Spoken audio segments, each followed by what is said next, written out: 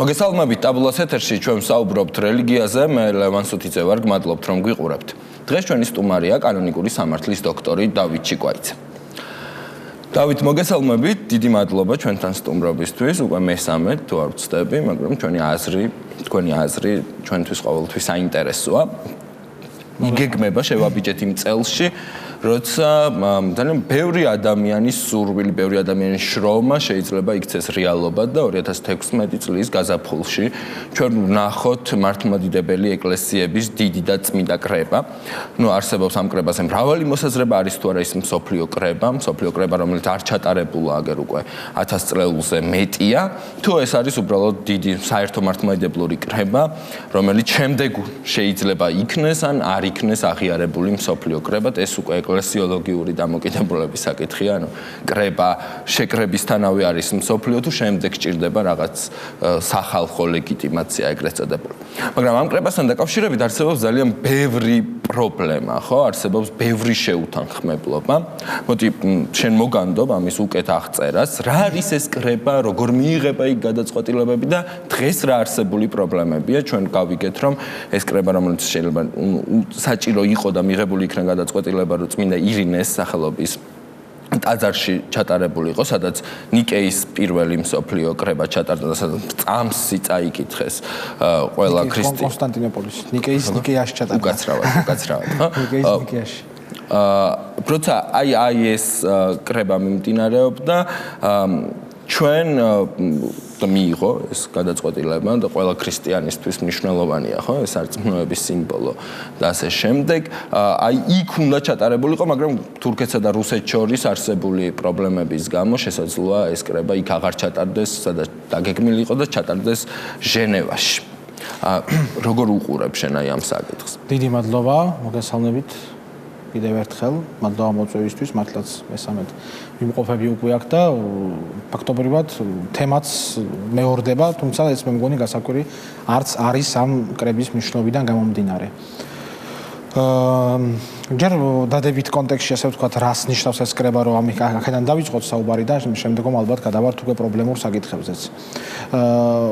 მართლაც მერვე საუკუნეში გაიმართა ბოლო მსოფლიო კრება, რომელიც ასეთად არის აღიარებული მართლმადიდებელი ეკლესიის მიერ წოდებული მე-7 მსოფლიო კრებად, რომელიც ასევე ნიკეის მეორე კრებადაც იწოდება იმდენად რამდენადაც ნიკეაში შედგა ის და პირველი და ბოლო ჯერჯერობით კრება ნიკეაში არის ჩატარებული, ამიტომ ეს თავისთავად მნიშვნელობას ძენს. ნიკეის კრების შემდგომ იყო რამდენიმე კრება, რომელსაც იყო მცდელობა რომ წოდებოდა მსოფლიო კრება, იმიტომ რომ მართლაც ესეთი ერთგვარი საერთო შეკრება მოხდა მართლმადიდებელი იერარქების, მაგრამ საბოლოოდ დადგენილი არის ასე და ეს არა მხოლოდ ვთქვათ ისტორიის ნაწილი არის, მაგრამ უკვე კანონიკური სამართლის ნაწილიც არის, იმდენად რამდენადაც ჯულის კანონში 100 არის შეტანილი. ეს არის თუნდაც მაგალითად მღვდელმთავრის კურთხევის დროს ის როდესაც წარმოთქვამს ფიცის სიტყვებს ამბობს ის რომ აღვიარებს კანონთა 7 კრებათა კანონთა, ანუ ამ მსოფლიო 7 კრების კანონს და იმდენად რამდენადაც თვითონ 7 ერთგვარ საკრალურ რიცხვად ითვლება, თუმცა ეს ნაკლებად არის ვთქვათ ზოგადად ქრისტიანობასთან კავშირში, მაგრამ ასე ვთქვათ ხალხურ დონეზე და ვთქვათ შეიძლება სასურველ ხო, ასე ვთქვათ ითვლება რომ საკრალური რიცხვი ეს ამ 7 კრებით ეს ერთგვარად დამრგვალდა და დასრულდა აი ამ გაგებით მსოფლიო კრებები. ჩვენ პირველ გადაცემაში, როდესაც ვიყავ, ვისაუბრეთ, მაშინ საუბრები იყო, მაშინ გადაწყვეტილება არ იყო მიღებული, შესაძლებელი იყო თუ არა ჩატარება.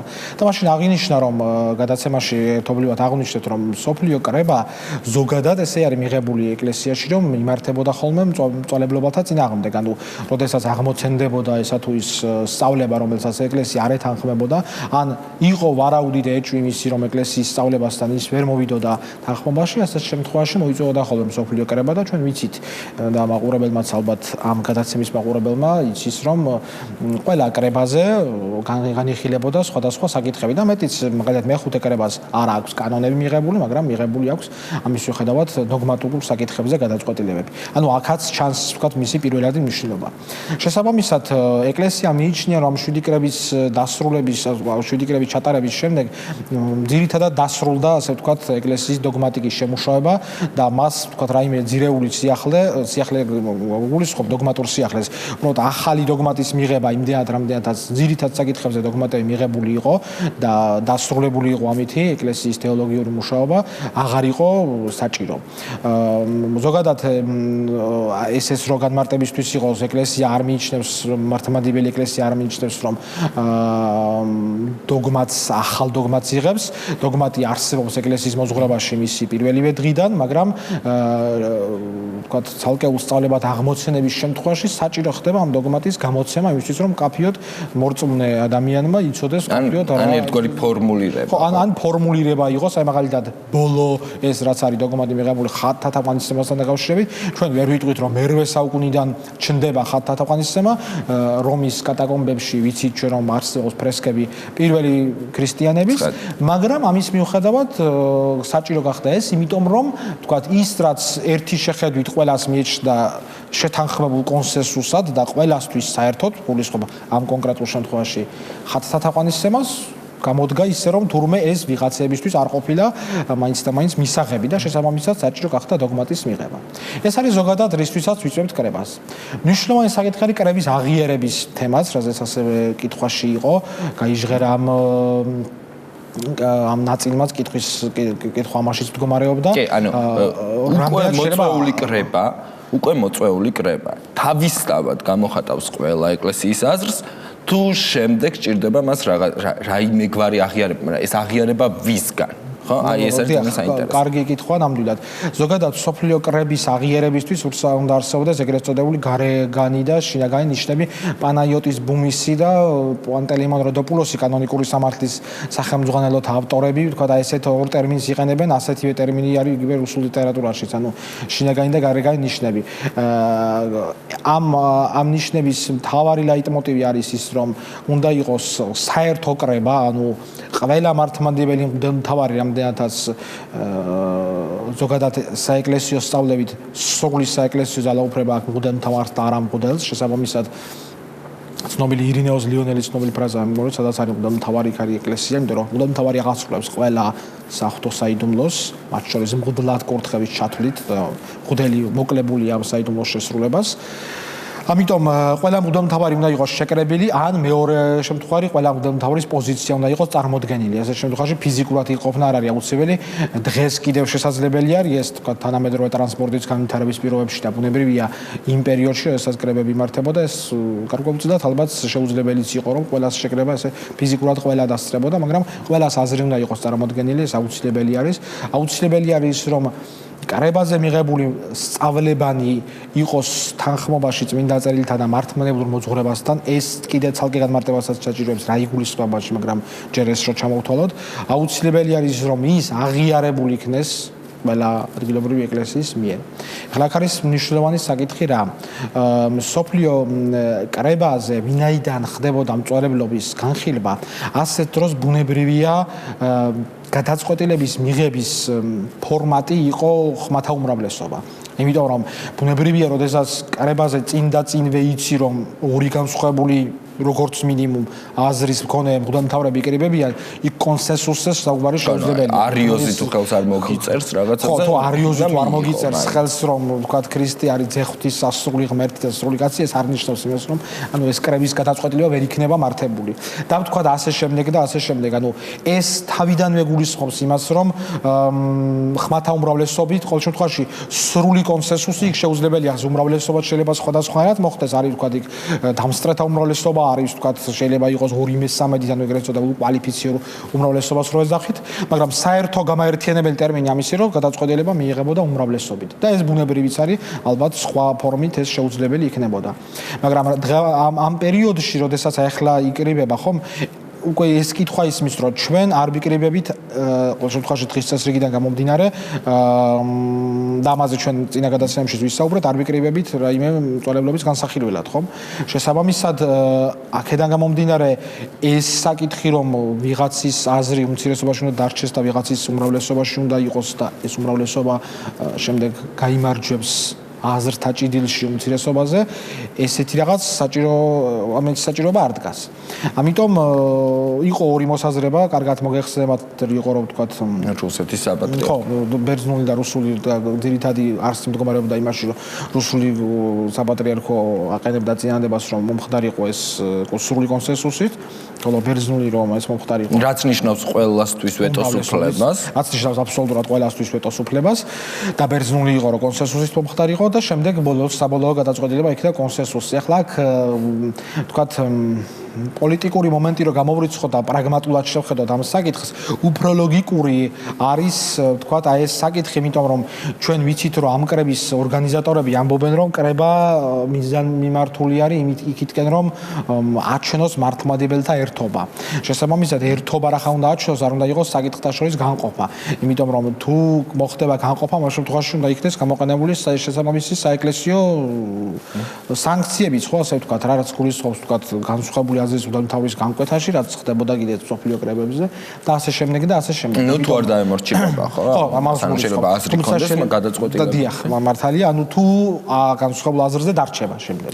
თუმცა იქ მსოფლიო კრებების ოქმებს თუ ნახავთ, იქ არის ძალიან საინტერესო, როდესაც განსხვავებული აზრის უდამთავრებს ცალკე წარუდგენენ წინადადებას, რომ ვთქვათ პატივს თქვენს განსხვავებულ აზრს, მაგრამ რჩებით მასზე თუ მაინც გაიზიარებთ კრების საერთო გადაწყვეტილებას. ანუ განკვეთოთ თუ არ განკვეთოთ. როგორი სურვილი გაქვთ, განკვეთოთ თუ არ განკვეთოთ, ფაქტობრივად ეს გამოდის. ანუ ეს არის ვთქვათ სხვა თემა არის ეს, მაგრამ ზოგადად ქრისტიანული სასჯელი არ არის ეგრეთ წოდებული პოლიციური სასჯელი წყალებში, ვთქვათ, ანუ ეს არის ფაქტის აღიარება, ანუ ადამიანი როდესაც გადის ეკლესიიდან. აღარ არის, მოდი ასე ვთქვათ.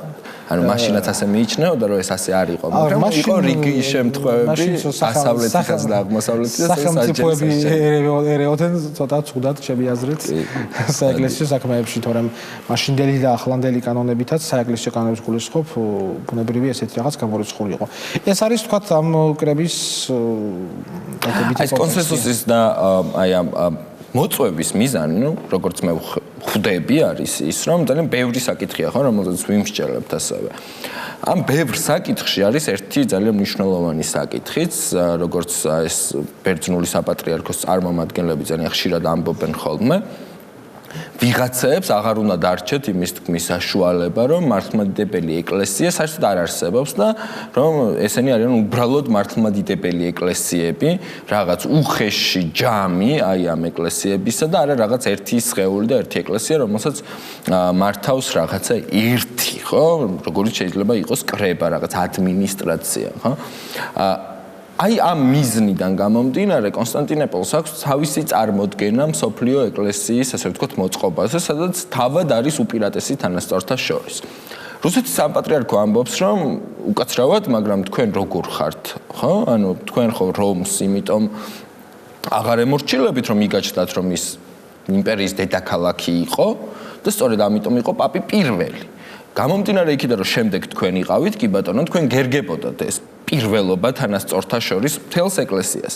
მაგრამ ახლა ძალიან დიდი ბოდიში, მაგრამ თქვენ აღარ ხართ აი ამ რაღაც იმპერიის დედაქალაქი და მოდი მოვძებნოთ ადგილი, სადაც ყველაზე, ასე ვთქვათ, ყველაზე დიდი ძალაუფლება იკრიბება და სამართლმადიდებლოში ასეთი ბუნებრივია აღმოჩნდება კრემლი, ხო?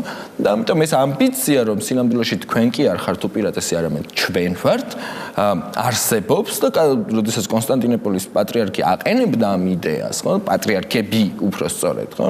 50 წელია ეს კრების წინამოსამზადებელი სამუშაოები მიმდინარეობს. ის ამასაც გულისხმობდა, რომ იცით რა არის, მოდი თქვენ კი არა, მე მაინც. მე ვერ ვიტყვი, რომ აი ამ ასე ვთქვათ, მსჯელობაში კონსტანტინოპოლის საპატრიარქოს მხარესხმა ვარ შიდა ლოგიკიდან გამომდინარე. მაგრამ ნუ მიზანი ეს მისი, ასე ვთქვათ, ესეც იყო. და ამასთან ერთად მსოფლიო საპატრიარქოს აქვს კიდევ ერთი პრობლემა, ხო? ვინ უნდა დამწყემსოს ისინი, რომელ ტერიტორიაზეც ავტოკეფალია არ არის მოასწრებული, ხო? ვთქვათ, აი ამერიკელი მართლმადიდებლები ვინ უნდა მწყემსოს. და ჩვენ ვიცით, რომ იქ მრავალი ეპისკოპოსი, ჩვენც კი გვყავს, ხო, ეპისკოპოსი ამერიკის. აი ეს როგორ უნდა შეთანხმდეს და აი ამან ეს უნდა მოემზადებოდეს. აი რაღაც თვალსაზრისით ეს მნიშვნელოვანი პრობლემები. უნდა მოგვარებულიყო და მათ შორის აქ საჭირო იყო ეს უმრავლესობის წესი, იმიტომ რომ ვიღაც შესაძლოა ამას არ დათანხმდეს, ხო?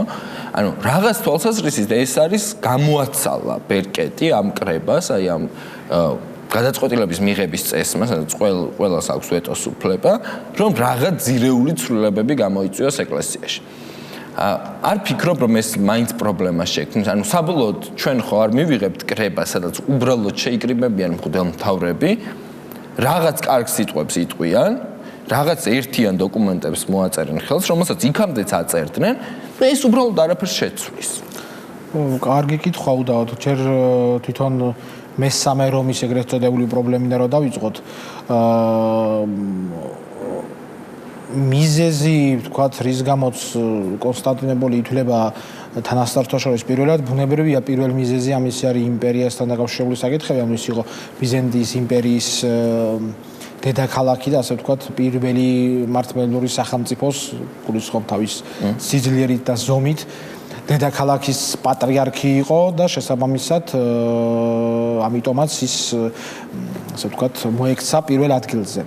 მაგრამ ეს მთლად ასე არ არის, ანუ მე ვგულისხმობ, რომ დაუშვათ პირველი ადგილი ასე არის განსაზღვრული, მაგრამ რუსეთის წინ თუ საქართველოს საკითხს გადავდებთ ამ შემთხვევაში, რაც გულისხმობს იმაზე, რომ საქართველო იყოს რუსეთის წინ დაყენებული, სამი ეკლესია უსწრებს ასევე რუსეთს გარდა ხსენებული კონსტანტინოპოლის ეკლესიის, ეს არის ალექსანდრია, ანტიოქია და იერუსალიმი. ჩვენ თუ გადავხედავთ აი ამ ქალაქებს დავინახავთ, რომ ისინი არათუ სახელმწიფოებრივი ძლიერების ზენიტში არიან, არამედ საერთოდ არც იმყოფებიან მართლმადიდებლური სახელმწიფოს ტერიტორიაზე და მეტიც ანტიოქიის პატრიარქი საერთოდ ანტიოქიაშიც კი არ იმყოფება და ის იმყოფება დამასკოში. ანტიოქია, ანუ ქალაქი ანთაკია არის თურქეთის ტერიტორიაზე და პატრიარქი ამჟამად იქ არ არის. ალექსანდრიას და იერუსალიმს ეს არ ეხებათ.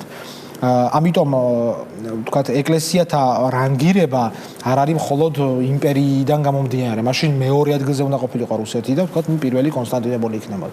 ამიტომ ეკლესიათა რანგირება მისი ვთქვათ ისტორიულობის პატივდების მიხედვით ხდება და მოსკოვი ამბობს სწორედ ამას, რომ კონსტანტინოპოლს რა პატივგება ჰქონდა ხო ალექსანდრია პირველი. ანუ კონსტანტინოპოლის საპატრიარქო თავში ანუ გამოვა ამითი რომ ის ალექსანდრიის საპატრიარქოს უფლებებისთვის მაშინ ალექსანდრია უნდა იყოს ან იერუსალიმი უნდა იყოს მოსკოვის ლოგიკა რა არის არა მესმის თუმცა არც მოსკოვის ვთქვათ რუსი თეოლოგები უარყოფენ იმას რომ დიპტიქში ადგილი ეკლესიას მინიჭებული აქვს ვთქვათ ერთ-ერთი განმაპირობებელი ფაქტორი არის ისტორიულობა ანუ ისტორიულად რომელიც უფრო ადრე აქვს მიღებული ავტოკეფალია და რუსეთს თქვენ მოგეხსენებათ რომ 16 საუკუნეში აქვს მიღებული ამიტომ ეს ვერანაირად ვერ გახდა ამისი პირველ ადგილზე დაყენების საფუძველი. დაუშვათ შეგვიძლია ვთქვათ კონსტანტინოპოლზე, მაგრამ კონსტანტინოპოლს რომს გამოვრიცხოთ ბიზანტიის დედაქალაქობა თვითონ ავტოკეფალია აქვს ადრე მიღებული. შესაძლოა არა რომზე და ვთქვათ ალექსანდრიაზე, იერუსალიმზე წინ და ვთქვათ ის მოგვიანებით კრებებზე ხდება მისი ამ უფლების აღიარება, თუმცა ის ბევრად უსწრებს რუსეთს ამ გაგებით.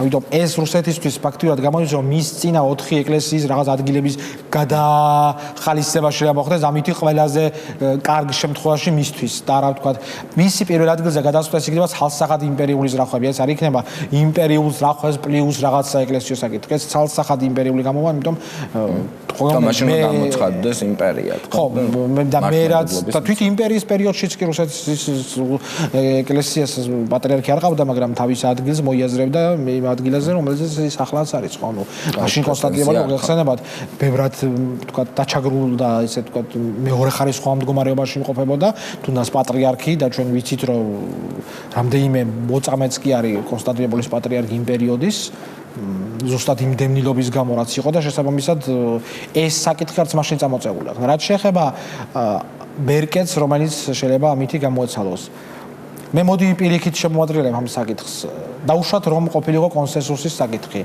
და არ მიღებული იყო კრებაზე ის გადაწყვეტილება რომელიც რუსეთის ეკლესიას მოეწონა. ნუ რუსეთის ეკლესია დამორჩენილი იყო უმცირესობაში. ასეთ შემთხვევაში როგორ წარმოგვიდგენია საკითხის გაგრძელება? მე წარმომიდგენია ასე, როგორც ქართულ ცნობილ ზღაპარშია, დათვის ასაკთან დაკავშირებით, რომ დათვი 2 წლიცაც არ არის, მაგრამ ნანადირებს ვერავინ ვერ მოგიდებს ხელს. შესაბამისად, მე არ მგონია რომ ის გადაწყვეტილება მაინც აღსრულებულიყო. და შედეგად მივიღებდით 2-. პირველი გადაწყვეტილება არ აღსრულდებოდა და მეორე ამითი ერთობაც დაირღვევოდა. ანუ სოფლიო კრების კანონი დონის პროფანაცია მოხდებოდა ამით. ანუ ამას ლოგიკურად მაშინ შემდეგ უნდა მოყოლოდა რა რუსეთის ეკლესიის ჩამოშორება ან განკვეთა. მე ასე მესმის. მე როგორც რიკით პაპის, მოდი ასე ვთქვათ, ხო? როგორც ამას გვიწოდებენ ხოლმე. რადიკალური ღვთისმსწარმომადგენლები თქვენს ეკლესიაში, არა უშუალოდ ჩვენს ეკლესიიდანაც ფოტიანელებს ეძახიან ხოლმე ორთოდოქსებს. ასე რომ არ არის ამაში პრობლემა. მე როგორც რიგით პაპის, რომელიც მიჩვეული ვარ, რომ ყველაფერს მართავს კანონი, ძალიან მიკვირს ეს ყველაფერი, ხვდებით? ძალაუფლების იმის გამო, რომ ვიღაც ამას არ აღასრულებს, კრებამ არ უნდა გამოავლინოს საღვთო ნება. ანუ მე მესმის, მე ვერ ვიზიარებ მართლმადიდებელი ღვთისმეტყველების და კანონისტების იმ შეხედულებას, რომ კრებას ჭირდება შემდგომი ლეგიტიმაცია, იმიტომ რომ როგორც წესი არ არსებობს პასუხი, ვინ არის ეს ლეგიტიმაციის წყარო შემდეგ, ხო? ეს ხალხი უნდა რაღაც დემოკრატიული წესით უნდა აღიაროს, საიდან ვიცით რომ ამ ხალხში ავლენ სული წმინდა ნებას, ხო? ანუ ჩემთვის ძალიან მარტივია, კრება როგორცვე გამოიტანს გადაწყვეტილებას.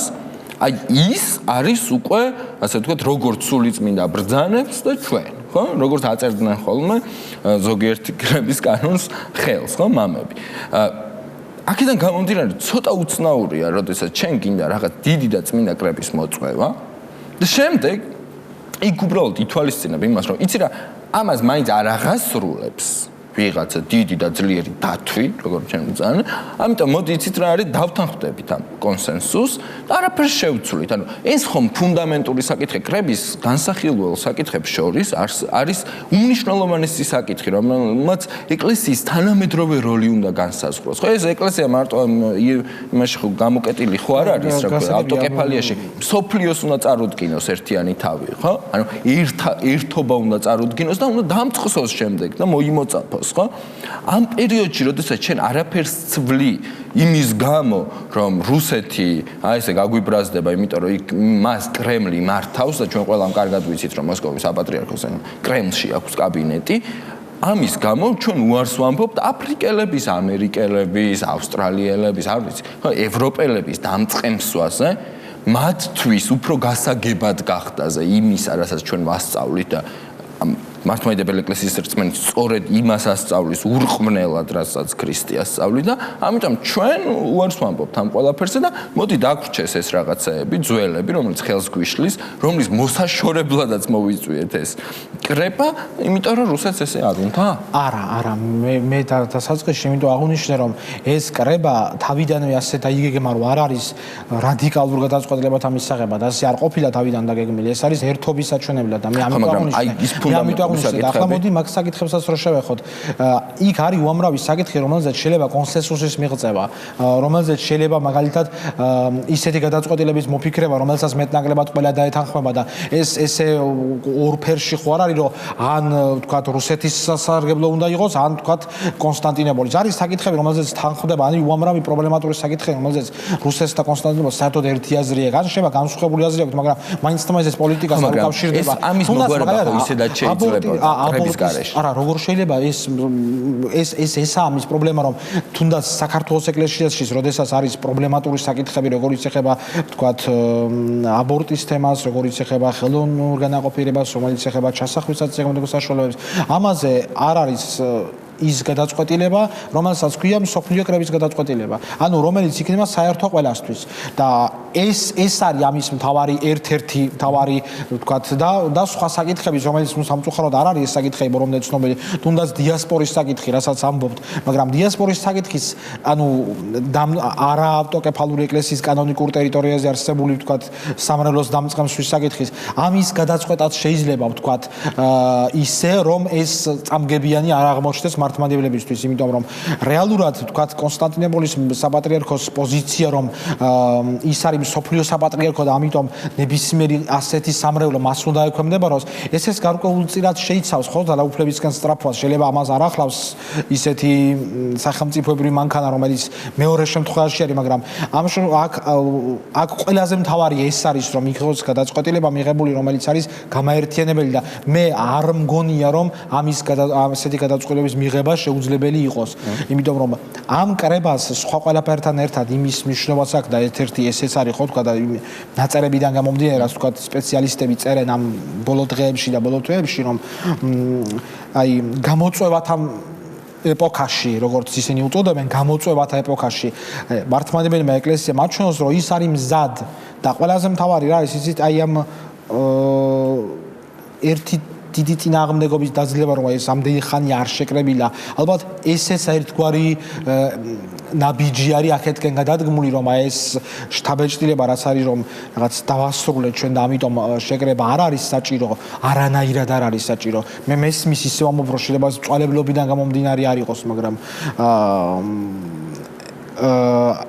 ეს ერთგვარად ჩემი აზრით ეს საჭირო არის ამის ჩვენება. ეხლა მაგალითად თუნდაც შეიძლება ვინმეს გაუკვირდეს ხო რატომ ახსენე აბორტის საკითხი. აბორტის საკითხი არის ძალიან მარტივად ჯულის კანონში და გადაწყვეტილად, იმიტომ რომ იქ წერია რომ მუცლად მოწყვეტა არ შეიძლება, ხო? მარტივად არის. და ეს არის საკმაოდ მძიმე ცოდვა და ბუნებრივია ამას ყველა ვიზიარებთ, ხო, ყველა მართლმადიდებელი, მაგრამ იქ არის ერთი მნიშვნელოვანი საკითხი. მიზეზი რის გამოც აბორტის დროს ხდებოდა მუცლად მოწყვეტა, ხო?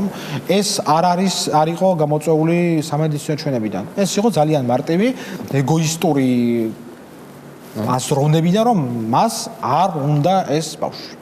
და ბუნებრივია ეკლესიის პოზიცია იყო, რომ ის არის ჩასახული და ეკლესიის ისტორიაში არის ძველ აღთქმაშიც და ახალშიც, რომ ჩასახვისთანავე იყვნენ ზოგიერთები გამორჩეული ღვთისმიერ და ის არის ადამიანი და შესაბამისად ეს არ შეიძლება, ხო? მაგრამ რატომ ახსენე სამედიცინო საკითხი? ეს ჩემი კითხვა არ არის, მე მოგეხსენებათ უნივერსიტეტში საეკლესიო სამართალს ვასწავლი და ეს არის სტუდენტების კითხვაც, მათ შორის, რომელსაც მე მისვამენ. ავიღოთ შემთხვევა, როდესაც არის რომ დანამდვილებით ვიცით რომ კვდება დედა, თუ არ მოხდა აბორტი. და აბორტი მოგეხსენებათ არ ხდება მე-5, მე-6 და მე-7 თვეზე, ხდება ისეთ სტადიაზე, როდესაც მე სამედიცინო განვითარებამ ჯერჯერობით ვერ მიაღწია იმას, რომ მოხდეს ნაყოფის გამოყვანა და მისი გადარჩენა, ხო? ამიტომ ისმის კითხვა რა უნდა გავაკეთოთ, უნდა მივენდოთ ღვთისნებას, რომელიც რწმენა არ გვაქვს, მე არ ვამბობ, რომ სასწაული არ შეიძლება მოხდეს. უბრალოდ არ გვაქვს ეს. მაშინ მის ამაზრზე შემეწინააღმდეგა გამოვიდეს და თქვას, რომ მას აქვს ესეთი რწმენა, რომ ადამიანი, რომელიც ასეთ მდგომარეობაში იმყოფება, ის გადაარჩინოს და დაუშვათ გადარჩა, კი ბატონო, ეს შეიძლება ერთეული შემთხვევა იყოს. არის ერთი ვარიანტი და მეორე ვარიანტი და ბავშვი მაინც იღუპება. უბრალოდ დედა გადარჩა დიდი ხანია მოგვარებული, ანუ თუ და მეორე შემთხვევა, როდესაც ჩვენ ფაქტ თვალწინ გვაქვს ორი ადამიანის სიკვდილი, დედისას და ბავშვისას. ეს საკითხი მოგვარებული არის, ეს არის მოსაზრებები. მე არ ვამბობ აბორტი დასაშვები უნდა იყოს, მაგრამ კანონიკურად ერთი და იგივე სასჯელი არ უნდა დაეკისროს იმ შემთხვევაში და ამ შემთხვევაში. იმიტომ რომ სულ სხვა ეს შემთხვევა და სულ სხვა ის შემთხვევა, როცა საქმე ეხება ორ სიცოცხლეს, აქ კანონიკა ყველა ეკლესიის, როგორც მე ვიცი, ამ ყველაფერს განიხილავს, როგორც ასე ვთქვათ, საფრთხის და თავდაცვის პრინციპით, ხო? როგორც ახლა ომში ადამიანის მკვლელობა მაინც ცოდვად ითვლება, ხო? იმიტომ რომ მკვლელობა მაინც ცოდვა, მაგრამ თავდაცვის მიზნით რაღაცა ეპიდემიოლოგია, ხო? ჯულის კანონის დამdamჟამდე რედაქცია არ ითვალისწინებს ალტერნატიულ სასჯელს, იმიტომ რომ იქ იყო ერთადერთი შემთხვევა, ეს იყო რომ არ უნდა ბავშვი. მეტი არაფერი. მაგრამ დღეს არის სხვა შემთხვევაც. ეს არის, როდესაც რაც დავასახელეს და ეს არ არის მხოლოდ ერთი. და შემდეგ არის თქვა ჩასახვის ხელოვნური განაყოფიერების საკითხი, რომელზეც მოგეხსენებათ პატრიარქის ეპისტოლეც იყო ამ საკითხზე და იყო მთელი გამოხმაურებები და ამბები, ხომ? ანუ ამასაც სჭირდება ის და ყველაზე მთავარი რა არის იცით? დაუშვათ შევიკრიბეთ ჩვენ საქართველოს ეკლესიის პირობებში სასულიერო პირები, საერო პირები, სამედიცინო სფეროს წარმომადგენლები, ვთქვათ, საზოგადოების წარმომადგენლები და რაღაც ერთობლივი გადაწყვეტილება მივიღეთ, რომელიც მოუმზადეთ შემდეგ წმინდა სინოდს და მან დაამტკიცა რაღაც აი ზოგ ეკლესიას აქვს ვთქვათ რაღაც სოციალური კონცეფციის საკითხები, სადაც ესეთი ბიოეთიკის თემებია განხილული, რუსეთის ეკლესიას მათ შორის. ძირითადად გადაწერილია რუმინეთის, ხო, რუმინეთსაც აქვს როგორც ვიცი ბულგარეთსაც, ну ერთ სიტყვით არის ესეთი თემები ბიოეთიკის და დაუშვათ მივიღეთ ასეთი გადაწყვეტილება, მაგრამ ყველა საინტერესო რა არის იცით? შეიძლება საბერძნეთის ეკლესიაში სხვანაირი გადაწყვეტილება იყოს. შეიძლება კვიპროსის ეკლესიაში სხვანაირი გადაწყვეტილება იყოს და ეს ის სფეროა, სადაც არ შეიძლება იყოს ტრადიცია. თქვენ მოგეხსენებათ, რომ საეკლესიო წესები, რომელსაც ჩვენ პირობითად წესებს ვუძახით, შეგვიძლია დავყოთ სამ ნაწილად: დოგმატები, კანონები და ტრადიცია. დოგმატი ეს ბუნებრივია არ არის, მაგრამ არც ტრადიცია არის. როგორ შეიძლება ტრადიცია დავარქვათ საკმაოდ მძიმე შეცოდებისთვის სასჯელის და კვალიფიკაციის საკითხს, ამას ტრადიციას ვერ მაგრამ ახლა წარმოვიდგინოთ ასეთი შემთხვევა. საქართველოს მართლმადიდებელმა ეკლესიამ მიიღო კარგი პოზიცია და გავიდა აი ამ კრებაზე ეს საკითხი და სწორი პოზიცია აქვს, ხო? ღვთის თვალში აქვს სწორი პოზიცია საქართველოს მართლმადიდებელ ეკლესიას. მაგრამ საბერძნეთმა ეს დაბლოკა. იმიტომ რომ ვეტოს უფლება. მაგრამ მეორე ამბავი არის აქ რომ ისევ ამბობ ეს თავარი მეორე კი არა პირველი და უმთავრესი დასტუკი რომ ესი არის გამოცხადებული რომ უპირველესად კრება არის ერთობის საჩვენებლად. უპირველესად არის ის რაც აღნიშნა რომ ეს ვაჩვენოთ ყველას ჩვენს მოძმე არამართლმადიდებელ ქრისტიანებს თუ სხვა უცხოდ მადიდებლებს, ანუ არაქრისტიანებს, რომ ჩვენ ვართ ერთი ეკლესია. მაგრამ უყურეთ, შეიკრიბება ეს კრება და ვთქვათ აღმოჩნდება ასეთი საკითხი, ნათლობის საკითხი, ხო? როგორ მივიღოთ მწვალებელი ეკლესიაში, ხო? მე მაყურებელს შევახსენებ და ყველას რომ სარგებლობ იმ ტერმინოლოგიით, რომელიც ეკლესიაშია დამკვიდრებული, ძველ ეკლესიაში იყო დამკვიდრებული და არა რაღაც პოლიტკორექტული ტერმინოლოგიით. და მსჯელობ სწორედ ამით, ესე რომ აუცილებელი არ არის რომ მე ვუწოდებდე ვინმეს მწვალებელს, ხო? მე ასე ვფიქრობთ. თქვათ, როგორ მივიღოთ მწვალებელი, რომელიც აღიარებს სამებას, ხო? ჩვენ ძალიან ბევრი შემთხვევა საქართველოს მართლმადიდებელი ეკლესია მას ნათლავს საბერძნეთში, მას არ ნათლავენ და უბრალოდ იღებენ ან ზეთიცხებით, ან უბრალოდ სინანულით, ხო? ანუ ძალიან მარტივად რომ ვთქვათ, თუ ერთი ადამიანი მონათლულია სამების სახელით, საბერძნეთში მას იღებენ, ასე ვთქვათ, უბრალოდ სინანულით, საბერძნები იქცევიან სწორად, ხო? იმიტომ რომ ორჯერ ნათლობა არ შეიძლება. მაგრამ თუ იმავე ადამიანს, იგივე ადამიანს, იმავე კონფესიის ადამიანს, რომელსაც მართლმადიდებლობა უნდა, საქართველოს მართლმადიდებელი ეკლესია ნათლავს, ის ჩადის მძიმე ცოდვას, წამსის წინააღმდეგ, ხო? ფუნდამენტური, ასე ვთქვათ, სიმბოლოს წინააღმდეგ, რომ ერთჯერ, მეტჯერ არ შეიძლება მონათლო ადამიანი, ხო?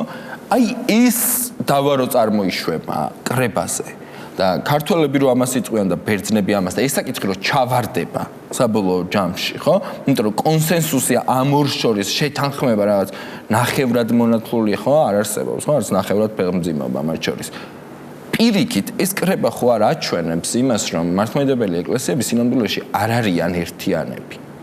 ანუ ხომ არ ფიქრობთ რომ ამ კრებაზე შეიძლება მოხდეს იმის დემონსტრირება რომ მართლმადიდებელი ეკლესია ფუნდამენტურ საკითხებზე ვერ თანხმდება და სწორედ იმიტომ რომ უმრავლესობის პრინციპი არ იქნა აღიარებული ჩვენ ვიღებთ შემთხვევას როდესაც კრებამ უბრალოდ პრეზენტირება მოახდინა იმისა რომ მართლმადიდებელი ეკლესია ვერ თანხმდება რომ არსებობს განსხვავებული აზრი მათ შორის ისეთ ფუნდამენტურ საკითხზე როგორიცაა ნათლი მე ეს საკითხი როგორც მახსოვს წინა გადაცემის დროსაც განვიხილეთ და აქ მესმის შეიძლება ეს იყოს, მაგრამ ეს პრობლემა შეიძლება მართლაც იყოს, მაგრამ ჯერ ასე მუქფერებში რატო უნდა დავინახოთ, შესაძლებელია მოხდეს აზრის შეთანხმება, კონსენსუსი არ ნიშნავს იმას, რომ თავიდანვე ერთ და იგივე აზრი ექნებათ. შეიძლება თავიდანვე სხვადასხვა აზრი ქონდეთ, მაგრამ შემდგომში მოხდეს ამათი შეჯერება და ჩამოყალიბება.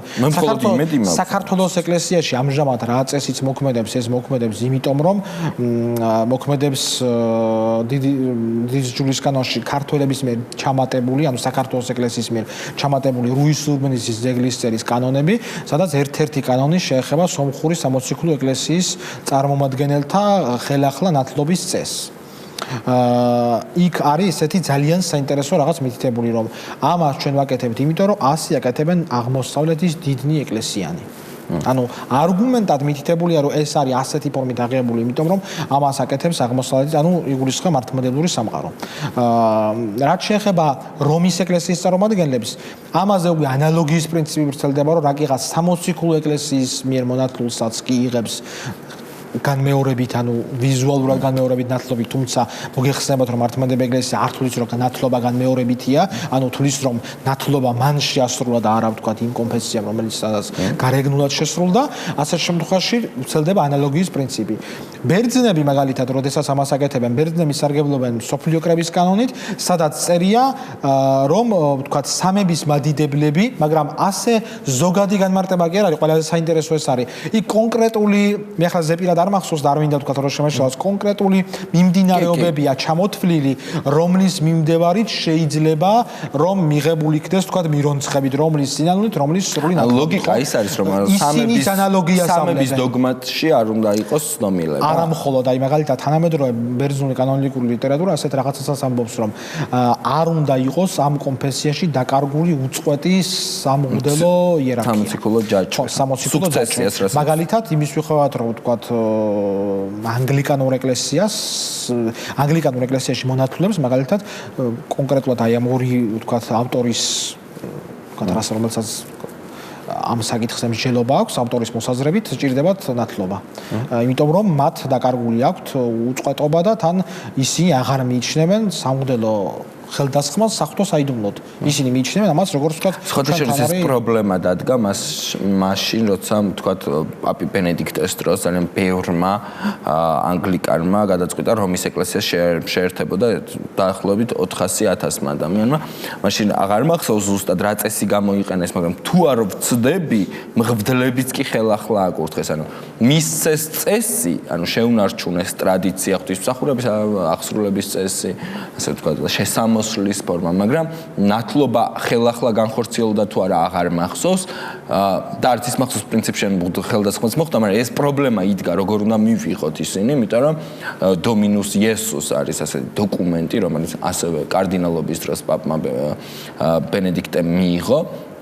სადაც წერია რომ აღიარება როგორც ნამდვილი ეკლესიისა არის მხოლოდ აღმოსავლეთის მართლმადიდებლური ეკლესიების, მათ შორის საქართველოს ეკლესიაც აღიარებულია ნამდვილ ეკლესიას, რადგან ნამდვილი ევქარისტიის გამო იქ წერია, ხო? ანუ შენარჩუნებული აქვს ნამდვილი ანუ ისიც კი არ არის რომ სუქცესია უნდა ჰქონდეს, ანუ სამოციქულო არის ვერავინ ვერ გაყვება ამ ჯაჭვს, მაგრამ რადგან მათ აქვთ ხელდასხმა იმათგან ვინც ასე ვთქვათ, მოციქულებიდან მოგდემს და აღასრულებენ ნამდვილ ევქარისტიას, ამიტომ აღიარებენ. ეს ერთი პრობლემა. უშუალოდ კრების შედგომა არ შედგომის საკითხს რო დავუბრუნდეთ, ხო? ჩვენ ვიცით, რომ ელადის პატრიარქმა თქვა, რომ მე არ ჩავალ კრებას ეს საერთოდ. არსებობს პრობლემები, როდესაც ევქარისტია დარღვეულია ზოგიერთ ეკლესიას შორის. არსებობს სხვადასხვა მოსაზრებები, ხო? ანუ ყველა ეკლესია რაღაც თვალსაზრისით ამ კრების ჩაგდება არ ჩაგდებით, სასურველი შედეგის მისაღებად, ასე ვთქვათ, манипулиრებს ალბათ ცუდი სიტყვა იქნება, ხო? აი ამ პედალს აწვება, ასე ვთქვათ. როგორ ფიქრობ, ანუ არის შანსი, რომ არ შედგეს ეს კრება? გამომდინარე იქიდან, რომ ყველა უნდა იყოს და თუ ერთიც არ ჩავა, შეიძლება არ შედგეს. მე არ მგონია, თუმცა ეს პრობლემები არსებობს, ბუნებრივია, იმიტომ რომ თუმცა მე რამდენადაც ვიცი, ის ევქარისტიის პრობლემა მე ყოველ შემთხვევაში აი გადაცემისთვის უბრალოდ დამაინტერესა და ვნახე ვიდეო 2015 წლის დეკემბრის ვიდეო იერუსალიმში შესრულებული წირვის. სადაც პატრიარქ თეოფილე იხსენიებს პატრიარქ იოანეს მაგრამ მგონი ეს ცალმხრივად გადაცემულია. მე მომხრივად ევქარისტიის ანუ თუ მოხსენებას წყვეტს ერთი ბუნებრივია მეორეს აღარ იხსენიებს. თუმცა ახლა ეგეც შეიძლება ადგილობრივი ტრადიციით იყოს, მაგრამ ყოველ შემთხვევაში მე მინდოდა პირიქითაც მენახა რა პოზიცია ქონდა იოანე მეათე პატრიარქს ანტიოქიისას, მაგრამ სამწუხაროდ ეს ვეღარ ვნახე. მაგრამ მე გეთანხმებით შესაძლებელია ამას თქვენ თურქეთთან დაკავშირებული პრობლემებიც ემატება და რუსეთის, თქვა ესეც შეიძლება გახდეს, შეიძლება შეთანხმება მოხდეს, მაგრამ ადგილის პრობლემა იყოს, იმიტომ რომ ეს წმინდა ირინეს ტაძარი ტყუილად არ იქნა შერჩეული, ამას თავისი დატვირთვა აქვს და გასაგებია ახლა თქვა შეიძლება ჩატარდეს შვეიცარიაში, და არ არის აუცილებელი რაღაც ისტორიული ქალაქი იყოს მაინც და მაინც, მაგრამ ყოველ შემთხვევაში ესეც ერთგვარი რაღაც დადებითი სიგნალი იყო მართლმადიდებლების მხრიდან, უნდა ყოფილიყო და იმედია იქნება, რომ თქვა ჩვენ ვიკრიბებით რა იმ ტაძარში, სადაც თქვა საუკუნეების წინ წამს იქნა მიღებული, ამითი რა ერთგვარად ვადასტურებთ, რომ ეს არის ამის ყველაფრის გაგრძელება და თქვა რაღაც არ არის რაღაც ახალი და ამ შემთხვევაში შვეიცარიაში ჩატარება მართლაც სიახლე იქნება, იმიტომ რომ ჟენევის წმინდა კრების მეფის მოხსენება რომ მოუწევთ. ჟენევის წმინდა კრების რაღაც ესე ცოტა უცნაურად მოხდება ალბათ ყურს, თუმცა ახლა ეს არ არის პრობლემური საკითხი, მაგრამ ყოველ შემთხვევაში იმ ისტორიულობას ვეღარ გააგრძელებს, ეს უკვე ცალსახად შეიძლება ითქვას.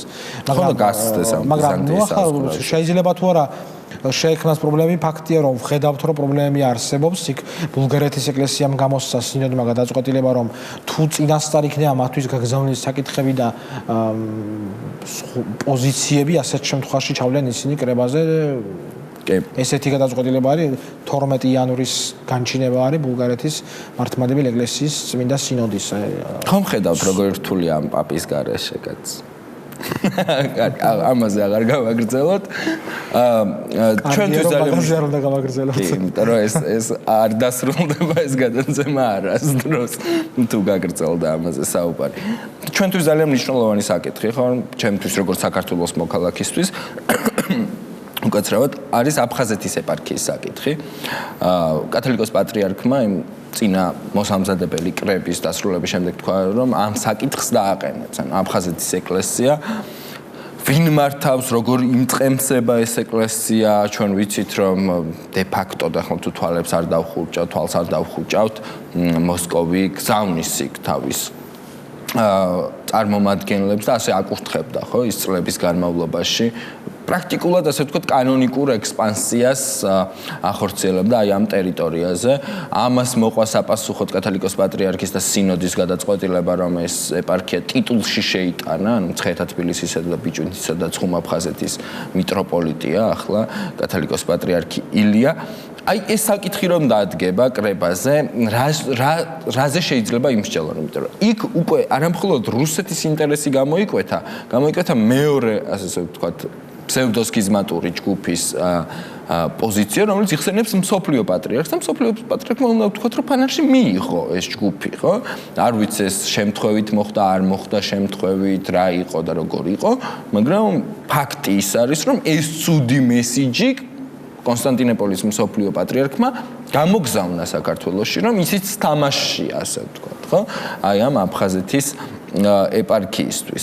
როგორი გადაწყვეტილება იქნება ჩვენთვის საუკეთესო? იმ პირობებში, როცა კათოლიკოსი ილია ვერ ახერხებს თავის ეპარქიაში ჩასვლას და იქ დამწყემსვას თავისი მრევლს.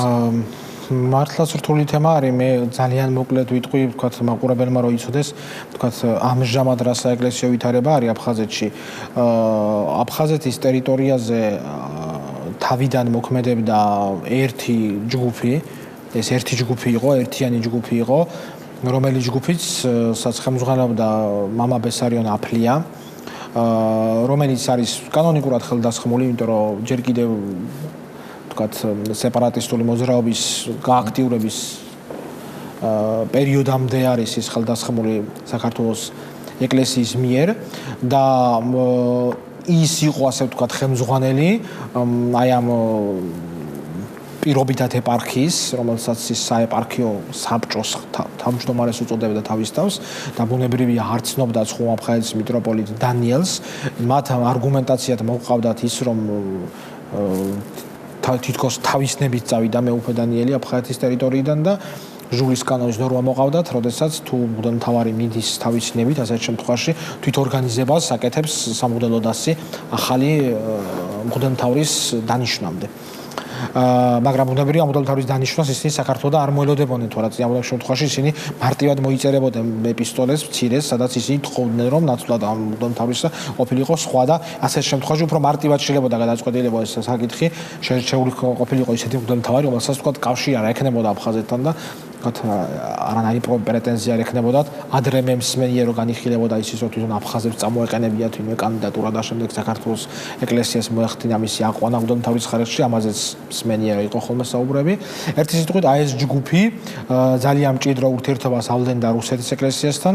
თქვენ მოგეხსენებათ ყველას რომ რუსეთის სახელმწიფოს აქვს სპეციალური კვოტები, ეგრეთ წოდებული, რომელიც საქართველოში იყო ადრე, ვთქვათ, რთული რეგიონებისთვის, რომლებიც ლიმიტების მიხედვით ხვდებიან, მათ შორის აფხაზებისთვისაც და ეს კვოტებით ისინი ხვდებოდნენ რუსეთის სასულიერო სასწავლებლებში. შემდეგ ხდებოდა მათი მღვდლად კურთხევა და ფორმალურად რუსები კანონს იმით იცავდნენ, რომ ისინი აფხაზეთში კი არ გაგზავნიდნენ, უბრალოდ მღვდლად აკურთხებდნენ და შესაბამისად ეს მღვდელი ბუნებრივია ჩადიოდა აფხაზეთში და შემდეგ საქართველოს, ვთქვათ, პროტესტზე ამასთან დაკავშირებით იყო ძალიან მარტივი საკითხი, რომ ახაც იცავდნენ, ანდრეი კურაევი იყო იქ ჩასული, გახსოვთ ეს ცნობილი ფოტოები.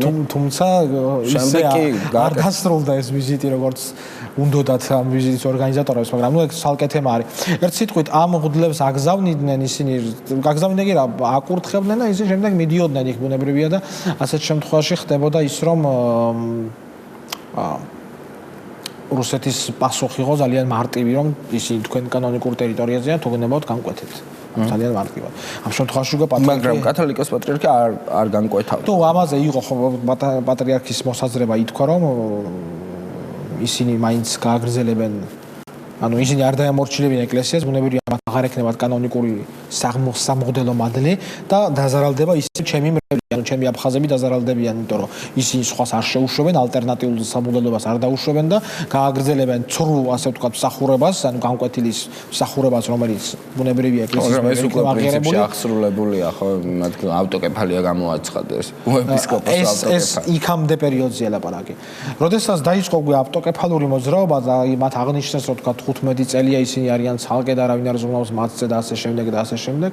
შემდგომში დაისვა ავტოკეფალის საკითხი, მაგრამ იქ ერთ-ერთი სასულიერო პირი რომელიც არის დოროთე დბარი, რომელმაც ახლახანს დაიცვა სადოქტორო დისერტაცია, მაგრამ თვითონ აქ კონფლიქტი რუსეთის ეკლესიასთან და ფორმალურად ის დაქვემდებარებული იყო მაიკობისა და ადიღეს ეპარქიას და შემდეგ მისმა მღვდელმთავარმა ადიღეს მღვდელმთავარმა მოახდინა ამ ადამიანის მღვდელმოქმედების შეჩერება, მაგრამ ეს მაინც აგრძელებს თვითნებურად. ამ ადამიანმა ძალიან მარტივი კანონიკური საკითხი გააცნო აფხაზებს, რომ ავტოკეფალიის ცნობა ვერ მოხდება რუსეთის მიერ, რუსეთის ეკლესიას ჩვენთან კავშირი არ აქვს. ეს უნდა მოახდინოს ან დედა ეკლესიამ, ამ შემთხვევაში საქართველოს ეკლესიამ, მცხეთის საყდარმა, ან უნდა მოახდინოს კონსტანტინოპოლის სოფლიო საპატრიარქომ აღიარების, ანუ იმ ტომოსის სახით, რაც ჩვენც გვაქვს მიღებული 90 წელს მოგეხსენებათ. მათ თქვენს რომ ამ პირობებში, როდესაც თქვა საქართველოს ეკლესია არის რაღაც ანტიაფხაზური განწყობის და რაღაც შოვინისტური, ნაციონალისტური და ასე შემდეგ, ამ პირობებში ბუნებრივია შეუძლებელია ამ ტომოსის მიღება საქართველოს ეკლესიის მხრიდან და მოდი მიმართოთ კონსტანტინოპოლს, იმიტომ რომ რუსეთის ეკლესია ჩვენ ვერაფერს ვერ გვიზამს გარდა იმისა, რომ მოახდენს ჩვენს ექსპანსიას. ნუ ეს აზრი არ დარჩენია ხმად მაღადებლისა, ანუ გამოუჩნდნენ მომხრეები და ასე ჩამოყალიბდა მეორე ჯგუფი, რომელმაც თავის თავს უწოდეს ანაკოფის წმინდა მიტროპოლია.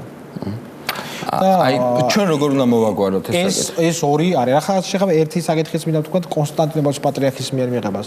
ნუ აქ კონსტანტინოპოლის საპატრიარქომაც გააკეთა განცხადება, რომ მათი მიღება არ მომხდარა სტუმრის რანგში, მათი მიღება მოხდა მრევლის რანგში. იქ არსებობს საეკლესიო პროტოკოლი, ანუ ყველა ეკლესიას აქვს, ჩვენ საპატრიარქოში არის, როდესაც მოდის სტუმარი, მისი რანგის მიხედვით ხდება მისი მიღება. როდესაც არის თანასწორი სტუმარი, ან არის მაღალი რანგის სტუმარი, ან საქართველოს პატრიარქი მიიჩნევს, რომ ის არის განსაკუთრებული პატივსაცემი, ასე შემთხვევაში თქვენ საპატრიარქოს მისაღები დარბაზი მოგეხსენებათ, გინახავთ, დარბაზის თავში განთავსდება ორი სავარძელი, თქვა მაყურებლის მხრიდან მარჯვენა მხარეს დაბრძანდება პატრიარქი და მარცხენა მხარეს დაბრძანდება სტუმარი. მაგრამ როდესაც ხდება დაბალი ქვემოდგომი, ასე ვთქვათ, იერარქიის წარმომადგენლის მიღება, ისეთი სტუმრის მიღება, რომელიცაც არ მიიჩნევა, ვთქვათ, რომ ის არის თანასწორი პატრიარქისთვის, ასეთ შემთხვევაში პატრიარქი ცდილდება ცალკე სავარძელზე და მის გვერდით იქვე ხდებიან მოწვეული სტუმრები. ანალოგიური მოხდა კონსტანტინოპოლის საპატრიარქოს შემთხვევაშიც, ის დელეგაცია არ ყოფილა მიღებული როგორც ოფიციალური საეკლესიო დელეგაცია, როგორც ეს შემდგომში აფხაზებმა გააშუქეს. ის მიიღო როგორც ჩვეულებრივი მრევლი, როცა ის სხვებსაც იღებს. ეს ფოტოებიდანაც ჩანდა, ეს არ იყო მხოლოდ თქვა კონსტანტინოპოლის საპატრიარქოს ეგრეთ წოდებული თქვა მოდამარქვა თავის მართლება. ეს ფოტოებიდანაც ჩანდა, სანამ კონსტანტინოპოლის საპატრიარქო გააკეთებდა განცხადებას, მე თვითონაც რომ ნახე ეს ფოტოები, მე თვითონ დავწმუნდი და გავაკეთე ამაზე თქვა სოციალურ ქსელში კომენტარი, რომ ეს არ იყო ის რანგი, რომელსაც აფხაზები პრეტენზიას გამოთქვამდნენ. ახლა რაც შეეხება ბოლო ნაწილს კითხვის, რა შეიძლება იყოს ჩვენთვის სასურველი.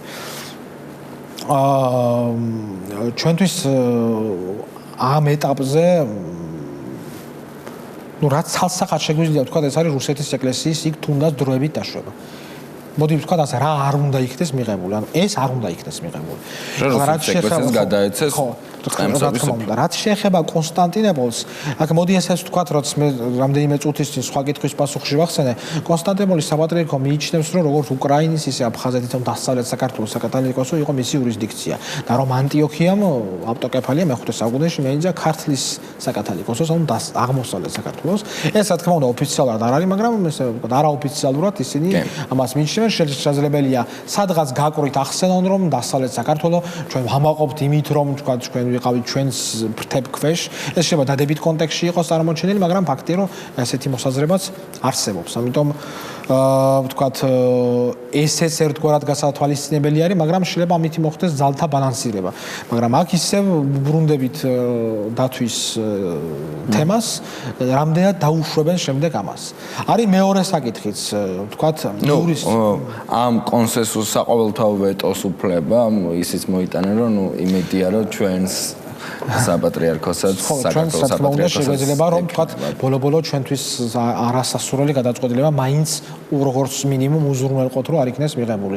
არის კიდევ ერთი საკითხი, თვითონ აფხაზის სამღვდელოების საკითხი, რომელიც ორად არის გაყოფილი და ბუნებრივია შეიძლება მათი მხრიდანაც იყოს წინააღმდეგ ყოველგვარი კრემლის ჩარევის გარეშე, იმიტომ რომ ახლა კი გასაგებია იქ მარიონეტული ხელისუფლება, მაგრამ ბოლო-ბოლო ისინი ადამიანები არიან და რაღაც საკითხზე თავისი აზრიც აქვთ. რა თქმა უნდა, ნაკლებად ახერხებენ ამის ვთქვათ დაცვას, გამოხატვას ასე შემდეგ და ასე შემდეგ, მაგრამ ეს აზრიც აქვს და ის რომ თუნდაც ორად არის გაყოფილი და ეს მეორე ჯგუფი ეწინააღმდეგება კრემლის ინტერესს, ეს კიდევ ერთი დასტურია იმისი, რომ თქვათ ისინი მართლაც ცდილობენ რომ რაღაც საკითხი მაინც ისე წარმოაჩინონ, როგორც თვითონ სურთ. მე წავიკითხე აფხაზურ საეკლესიო საიტებზე, რომ ისინი წინასწარ ვიარგიან განწყობილი ესეთი პოზიციით. თუ არ მოხდება აფხაზის სამღვდელოების დასწრება ამ კრებაზე და მათი აზრის მოსმენა, ისინი არანაირ გადაწყვეტილებას არ მიიღებენ და არ აღასრულებენ, იმიტომ რომ მიიჩნევენ, რომ ეს მოხდა მათი აზრის გათვალისწინების გარეშე. ლეგიტიმური არ არისო კრება. შესაბამისად, არა, შეიძლება კლებარები ლეგიტიმურად ჩათვალონ, მაგრამ ისინი მიიჩნევენ, რომ უსამართლო, არა, ავტოკეფალურ სტატუსში არ ითხოვენ, უბრალოდ საკითხის განხილვაში მონაწილეობის მიღებას. ისევე როგორც იგივე თემა არის სხვადასხვა პოლიტიკაშიც, გაერო როცა იღებს რეზოლუციას გენერალური ასამბლეა დევნილებთან დაკავშირებით, ისინი იყო ამას ამბობენ, რომ ვინაიდან არ ხდება ჩვენი იქ დასწრება და ვინაიდან გაერო არ ითვალისწინებს ჩვენ პოზიციას, ამიტომ ჩვენ ამას არ აღვასრულებთ. აღვასრულებთ მხოლოდ იმ შემთხვევაში, თუ ჩვენს დაგვასწრებენ თუნდაც დამკვირვებლის სტატუსი, მაგრამ ამ ეტაპზე მათთვის დამკვირვებლის სტატუსის რაღაც ასე ვთქვათ წინ გადადგმული ნაბიჯი იქნება. ჩვენ დასასრულისკენ უნდა წავიდეთ, მაგრამ კიდევ ერთი მნიშვნელოვანი საკითხია, ეს არის კიევის საპატრიარქოს საკითხი. მილიონობით მართლმადიდებელი ქრისტიანი კიევის საპატრიარქოში არ არის ცნობილი არც ერთი ავტოკეფალური ეკლესიის მიერ, მარტო იმიტომ, რომ კრემლში ეგრე უნდათ. ეწინააღმდეგებით ამ კონცეფციას. სხვა მიზეზი, გარდა იმისა, რომ მოსკოვის საპატრიარქოს რაღაც ძალიან რთული ეკლესიოლოგიური წარმოდგენების გამო კიევის საპატრიარქო არ არის აღიარებული ასე ვთქვათ ავტოკეფალიად და გარდა იმისა, რომ ეს რაღაც წმიდა სვიტაია რუს იდეა, რომ ყველა არის მისი მრევლი კირილის ამ შემთხვევაში მოსკოვის პატრიარქის, არც ერთი კანონიკური ნორმა არ ეწინააღმდეგება იმას, რომ კონსტანტინოპოლმა მისცეს ტომოსი და აღიაროს კიევის საპატრიარქო, ეს უნდა დაკიდეს ბართლომეოს, მაგრამ ვერ გააკეთა, ხო? კრება ამაზე იმსჯელებს, ცხადია. მოუწევს ამაზე მსჯელობა, მაგრამ ვერანაირ გადაწყვეტილებას როგორც ხედავთ ვერ. ეს არის ძალიან კომპლექსური და რთული საკითხი. რთული არის იმიტომ, რომ როდესაც საეკლესიო საკითხებში ერეთვება პოლიტიკა, ის მარტო ვთქვათ იმპერიალისტურ მხარეს კი არ აზარალებს. მეორე მხარესაც აზარალებს და საერთოდ მთლიანად საეკლესიო საკითხს აზარალებს. ახლა რატომ ამბობ ამას? ამჟამინდელი კიევის პატრიარქი ფილარეტი მისი ტიტული არის ის სვიატაია რუს, მას ტიტულში აქვს ყველა საინტერესო ეს არის. ის არ თulis რომ ის არის უკრაინის პატრიარქი. მისი ტიტული არის პატრიარქ კიევსკი ივსეი რუსი უკრაინი. ანუ თვითონაც აქვს მას ტიტულში. მაშინ როდესაც თუ რუსულად სიტყვა რუს თუნდაც რუსული სახსანიშნავად მაინც გამოიყენება, რუსკი არის ხო რუსული. უკრაინულ ენაში რუსული არის როსიისკი.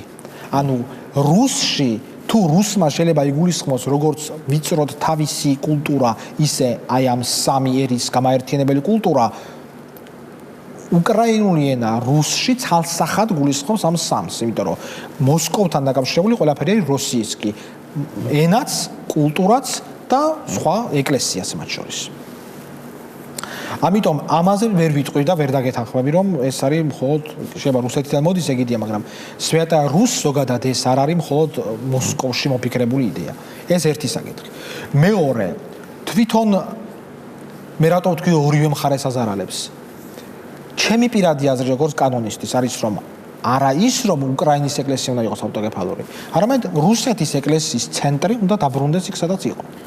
ეს რა უცნაური პოზიციაა, ხო იცი რა არ დაბრუნდა. არა, გასაგებია, მაგრამ ფილარეტის ტიტული ამას მიანიშნებს. ფილარეტის ტიტული გასაგებია, ანუ ფილარეტის უკრაინაში არსებობს კიდე ცალკე უკრაინის ავტოკეფალური მართლმადიდებელი ეკლესია, ცალკე არსებობს. ეს ფილარეტის და მისი, ვთქვათ, მრევლი მღვდელმთავრები და ასე შემდეგ, ისინი არ მიიჩნევენ, რომ ამ კატეგორიას მიეკუთვნებიან, ისინი არ უწოდებენ ამას. დღეს რა თქმა უნდა ისინი ამბობენ რომ არიან ავტოკეფალური.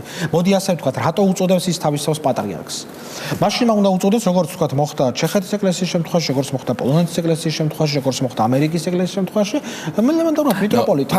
ფაქტი ერთია რომ რას ამბობს. ერთი მიტროპოლიტი, მაგრამ რატო უწოდეს პატრიარქს? პატრიარქს უწოდებს იმიტომ რომ ის მიიჩნევს უფლებამონაცვლედ სამართალმემკვიდრეს იყენებენ ტერმინს, რაც უზუსტო ტერმინია იურიდიულად. ის მიიჩნევს უფლებამონაცვლედ თავის თავს, რომ ის არის კიევში როგორც ანდრია მოციქულის დაარსებული საყდრის პატრიარქი. ამიტომ მიიჩნევს ის თავს პატრიარქად. თორემ ისე ამ შემთხვევაში ავტოკეფალური არის, ვთქვათ, ტომოსის მიიღო, ვთქვათ, საბერძნეთის ეკლესია, მაგრამ ის მეთაური არ იწოდება პატრიარქი, იწოდება მთავარეპისკოპოსად, ხომ? ნუ ბერძნულ ტრადიციაში მთავარეპისკოპოსი მიტროპოლიტზე უპირატესია და ნუ ვთქვათ, სტაბურში პირიქით, მაგრამ ეს ამ შემთხვევაში არსებითი არ არის. ტერმინ პატრიარქზე ვამბობ მე. ამიტომ ეს რთული თემა არის და მე ამიტომ ვთქვი, რომ აზარალებს, რომ იქ უკრაინელების მხრიდანაც პოლიტიკა არის პირველ ნაწილზე წამოწეული და რუსების მხრიდანაც პოლიტიკა არის და მიდის საეკლესიო საკითხზე დაბა, რომ პოლიტიკური სარჩულით. ეს ორივე მხრიდან არის ესე. ჩვენ რა თქმა უნდა უკრაინის მეგობარი სახელმწიფო ვართ და ვთქვათ, ისე სიტყვერად და ამ ხრივაც ჩვენ საქმითაც და მოღვაწეობითაც კი ხედავთ ხარს უჭერთ ზოგადად უკრაინის სახელმწიფოს და ვთქვათ, ამ შემთხვევაში ეკლესიის თემაც ჩვენთვის სიცხორცეულია, იმიტომ რომ ჩვენ გვაქვს 1917-53 წლების გამოცდილება, როდესაც ჩვენ კანონგარეშეთ ვიყავით მიჩნეული, იმავე რაოდენ გასაგორიც არ უნდა იყოს საპატრიარქოს მიერ. მაგრამ ეს ცალკე თემაა, ჩვენ ავტოკეფალური ეკლესია ვიყავით და უკრაინის ეკლესია არ იყო, ხო? ანუ პრობლემა აქ არა იმდენად ფილარეტის ტიტულია, ხო, რომელიც მოსკოვის საპატრიარქოს ნაწილი იყო, ხო, თავის დროზე და უბრალოდ ხელმძღვანელობდა შემდეგ უკრაინის, ასე ვთქვათ, ეკლესიას. პრობლემა ის არის, რომ ეს ხალხი, უკრაინელი ხალხი, რომელსაც უბრალოდ არ უნდა ელადის საპატრიარქო რატო გაჩნდა? იმიტომ რომ არ უნდათ იმ პატრიარქის მორჩილება, რომელმაც არც თუ ისე კარგი არა, მაგით არ გაჩენილა, მე თურქეთის სახელმწიფოს პრობლემა იყო, როდესაც საბერძნეთმა გამოაცხადა 1921 წელს დამოუკიდებლობა, ვერ ხდებოდა დამწყემსვა კონსტანტინოპოლიდან და ამიტომ მიენიჭა. მათ შორის არის ძალიან ბევრი შფოთი გაჩენილა, ხო, ელადასა და კონსტანტინოპოლს შორის რაღაც ცოდვების გახსენების გამო. თუმცა დღესაც საბერძნეთის რესპუბლიკის ჩრდილოეთ ნაწილი დღემდე კონსტანტინოპოლს ექვემდებარება. ანუ საბერძნეთის არასწორად უწოდებს ჩვენ სხვადასხვა ელადის ეკლესიას, საბერძნეთის ეკლესია არის, სწორედ ელადის ეკლესია არის რუსულიდან კალკი. მაგრამ თუ ძალიან ბევრი დროს არ წავიღებთ, ამაზეც ვიტყვი, იმიტომ რომ ხან ზოგადად სოფლიო კრებაზე არის. ზახან სოფლიო კრებაზე არის ზოგადად საუბარი. საბერძნეთის ეკლესიას ელადის ეკლესია ქვია, რატომ? რუსულად ბერძნული ეკლესია და საბერძნეთის ეკლესია არის ორივე გრეჩესკია церковь. ორივე. და იმისთვის რომ განვასხვაოთ ბერძნული ეკლესია როგორც ტრადიცია, სადაც შედის საბერძნეთი, კვიპროსი, კონსტანტინოპოლი, ალექსანდრია, იერუსალიმი, კონკრეტულად საბერძნეთის ტერიტორიაზე არსებული ეკლესიის, ამიტომ რუსებმა მოიგონეს ტერმინი ელადსკაია церковь. ასე არ უწოდებენ ბერძნები არც ინგლისურად და არც სხვა ენებზე. ქართულენაში ხო ელადის მთავარეპისკოპოსად მოიხსენიება. რა თქმა უნდა, ეს არის რუსულის კალკი, მე ჩემს სახელმძღვანელობაში, რომელიც გამოვეცი, ცალკე სპეციალურისაც მიუძღვენი სკოლიო ამ თემას, ისე როგორც ხაშურის უკრაინის პატრიარქის და კიევში ცენტრის გადატანის თემასაც ეს თქო ახლანდელი ჩამოყალიბებული აზრი არ არის ჩემი ეს პირველი გამოცემაში მაქვს ჩემი პირველი გამოცემაში აღნიშნული ჩემი ეს პოზიცია და სწორი ტერმინი არის ჩემი მოსაზრებით რომ ეწოდოს მას საბერძნეთის სამთავარეპისკოპოსო და არა ელადის იმიტომ რომ ეს არის რუსულად იმიტომ რომ რუსულად სხვანაირად არ ხერხდება ინგლისურ ენაზე და სხვა ენებზე სადაც შესაძლებელია განსხვავება მოხდეს აი ამ ორი ტერმინის საბერძნეთის ეკლესიას ქვია საბერძნეთის ეკლესია და რა ელადის ძალიან დიდი მადლობა დავით სტუმრობისთვის აი ხო ხედავ ვერ გიშვებ იმიტომ რომ ვფიქრობ რომ განსხვავებული პოზიციების მიუხედავად ჩვენ ყოველთვის გაქვს შენი კვალიფიციური ფაქტებზე დაყრდნობილი მოსაზრებები და ცოდნა და ასე ვთქვით უნარი მიადევნო თვალი მოვლენებს ამიტომ მე იმეც ვიტოვებ რომ კვლავ იქნები ჩემი სტუმარი დიდი მადლობა რა თქმა უნდა სიამოვნებთ ყოველთვის საუბარი რელიგიაზე ამით დასრულებულია ჩვენ ერთმანეთს მომავალ 4 შაბათს შევხვდებით მადლობთ რომ გვიყურეთ და გავიწყდეთ მოიწონოთ ჩვენი Facebook გვერდი